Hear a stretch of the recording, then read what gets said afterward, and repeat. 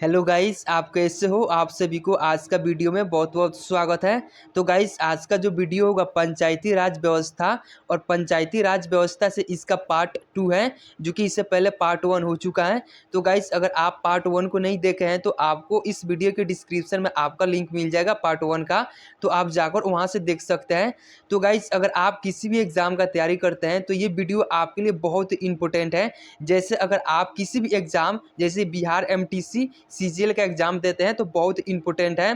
तो गाइस, आपका first number question है, निम्नलिखित में से कौन पंचायती राज का संस्था नहीं है। तो फर्स्ट का आंसर हो जाएगा आपका ऑप्शन डी हो जाएगा नगर परिषद, जो कि ये पंचायती राज संस्था नहीं है। तो फर्स्ट का आंसर हो जाएगा आपका ऑप्शन डी।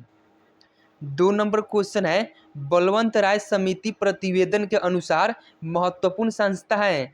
तो 2 का आंसर हो जाएगा आपका ऑप्शन सी हो जाएगा पंचायत समिति, जो कि यह बलवंत राय समिति प्रतिवेदन के अनुसार महत्वपूर्ण संस्था पंचायत समिति है। तो 2 का आंसर हो जाएगा आपका ऑप्शन सी। 3 नंबर क्वेश्चन है, पंचायती राज संस्थाओं के संगठन के 2 स्तर होने का सुझाव दिया। तो 3 का आंसर हो जाएगा आपका ऑप्शन ए हो जाएगा पंचायती राज संस्थाओं के संगठन का 2 स्तर अशोक मेहता समिति ने दिया सुझाव। तो 3 का आंसर हो जाएगा आपका ऑप्शन ए। 4 नंबर क्वेश्चन है, पंचायती राज के चुनाव में राजनीतिक दलों को खुले तौर से चुनाव चिन्हों के आधार पर भाग लेने देने का सुझाव किस समिति ने दिया। तो 4 का आंसर हो जाएगा आपका ऑप्शन बी हो जाएगा अशोक मेहता समिति ने, जो कि ये खुले तौर से चुनाव चिन्हों के आधार पर भाग लेने का सुझाव दिया अशोक मेहता समिति ने। तो 4 का आंसर हो जाएगा आपका ऑप्शन बी। 5 नंबर क्वेश्चन है, 1977 में केंद्र राज्य ने पंचायती राज संस्थाओं की कार्यप्रणाली और ढांचे में सुधार लाने के उद्देश्य से किस समिति को नियुक्त किया।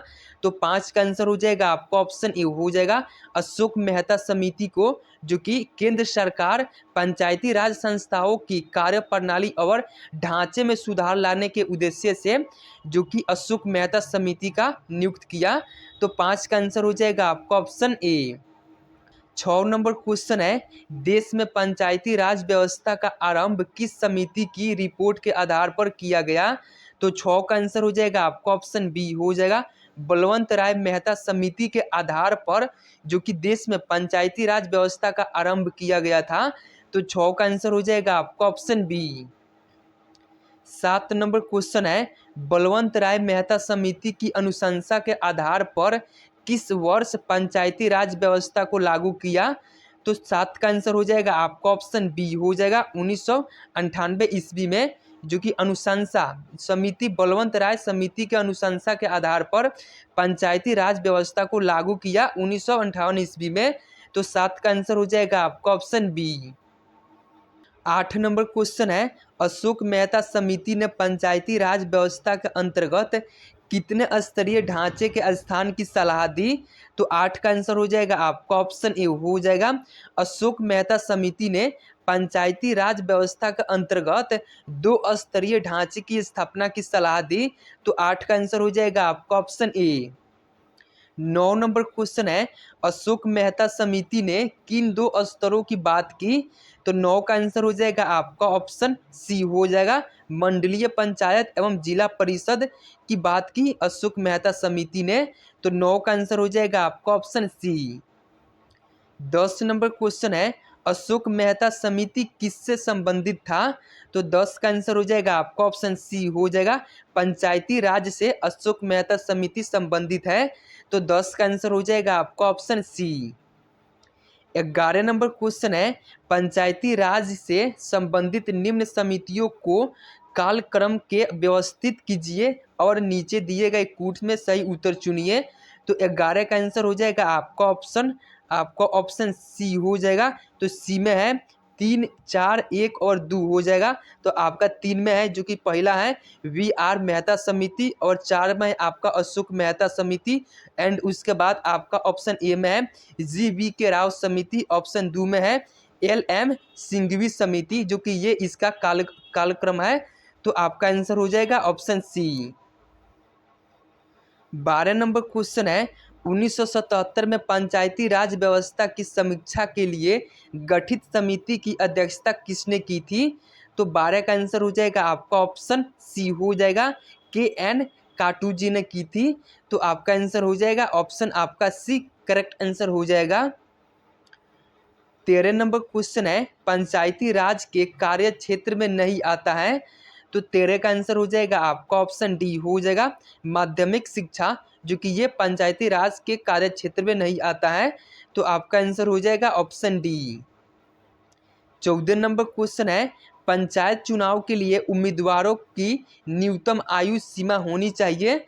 तो 14 का आंसर हो जाएगा आपका ऑप्शन सी हो जाएगा, पंचायत चुनाव के लिए उम्मीदवारों की न्यूनतम आयु 21 वर्ष होनी चाहिए। तो 14 का आंसर हो जाएगा आपका ऑप्शन सी। 15 नंबर क्वेश्चन है, पंचायती राज व्यवस्था अपनाई गई थी। तो 15 का आंसर हो जाएगा आपका ऑप्शन बी हो जाएगा, लोकतंत्र की शक्तियों के विकेंद्रीकरण के लिए पंचायती राज व्यवस्था अपनाई गई थी। तो 15 का आंसर हो जाएगा आपका ऑप्शन बी। 16 नंबर क्वेश्चन है, निम्नलिखित में से कौन पंचायती राज की 3 स्तरीय व्यवस्था के अंतर्गत नहीं है? तो 16 का आंसर हो जाएगा आपका ऑप्शन डी हो जाएगा, तहसील स्तर, जो कि ये 3 स्तरीय व्यवस्था के अंतर्गत नहीं है। बाकी जिला स्तर, ग्राम स्तर और प्रखंड स्तर है, लेकिन ये तहसील स्तर नहीं है। तो 16 का आंसर हो जाएगा आपका ऑप्शन डी। 17 नंबर क्वेश्चन है, पंचायत स्तर पर राज्य सरकार का प्रतिनिधित्व कौन करता है? तो 17 का आंसर हो जाएगा आपका ऑप्शन ए हो जाएगा, पंचायत सेवा, जो कि ये पंचायत स्तर पर राज्य सरकार का प्रतिनिधित्व करता है। तो 17 का आंसर हो जाएगा आपका ऑप्शन ए। 18 नंबर क्वेश्चन है, निम्नलिखित में से कौन सा संविधान संशोधन यह कहता है कि ग्राम पंचायत में 1/3 सीटें महिलाओं के लिए आरक्षित होनी चाहिए?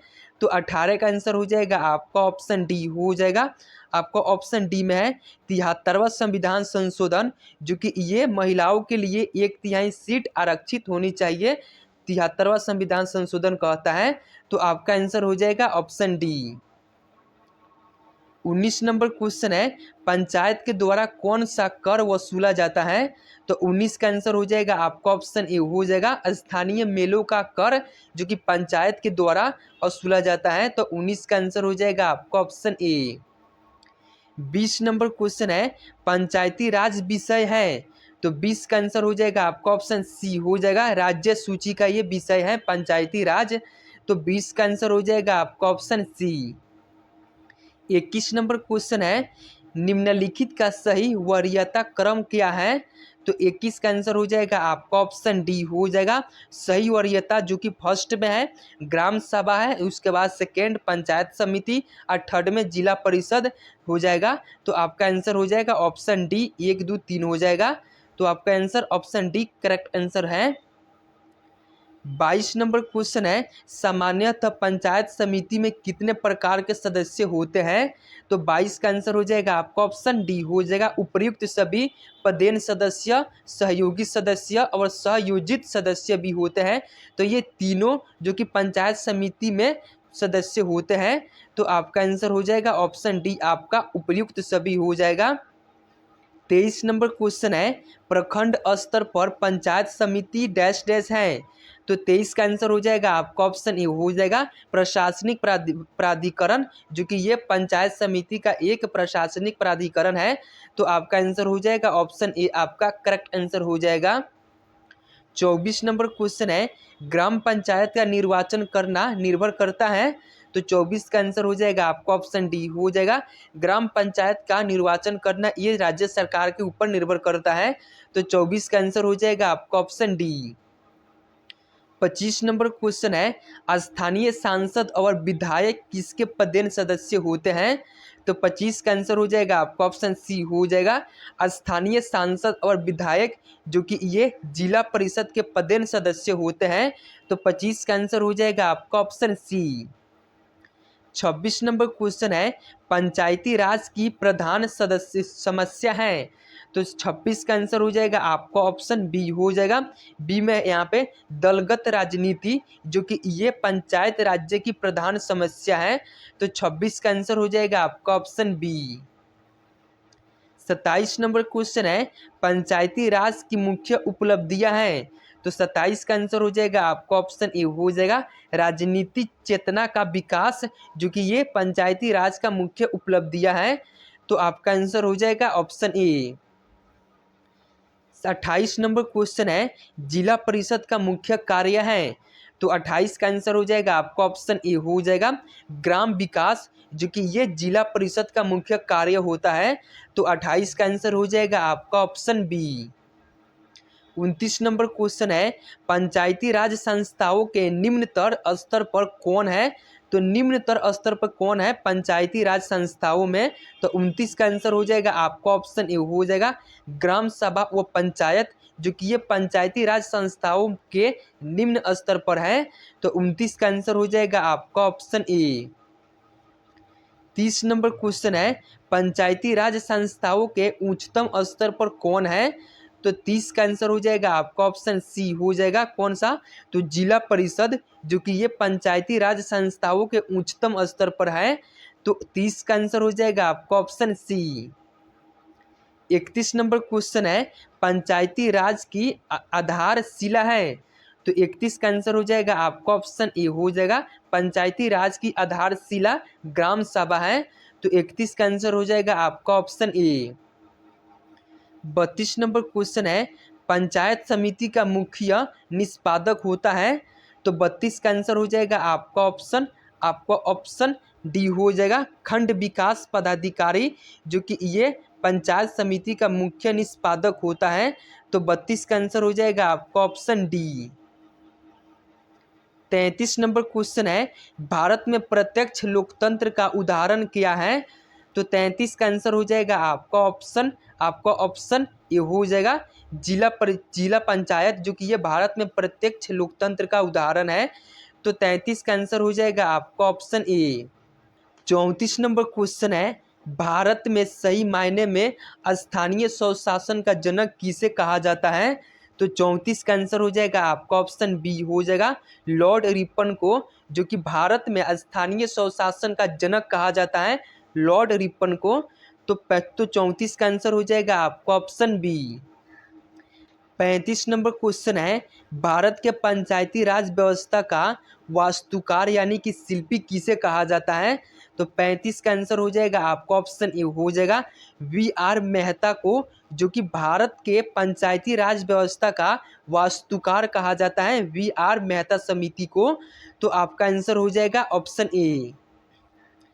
36 नंबर क्वेश्चन है, 73वें संविधान संशोधन का अभिपालन करने वाला पहला राज्य है, तो 36 का आंसर हो जाएगा आपका ऑप्शन सी हो जाएगा, आंध्र प्रदेश, जो कि ये 73वें संविधान संशोधन का अभिपालन करने वाला राज्य आंध्र प्रदेश है, तो 36 का आंसर हो जाएगा आपका ऑप्शन सी।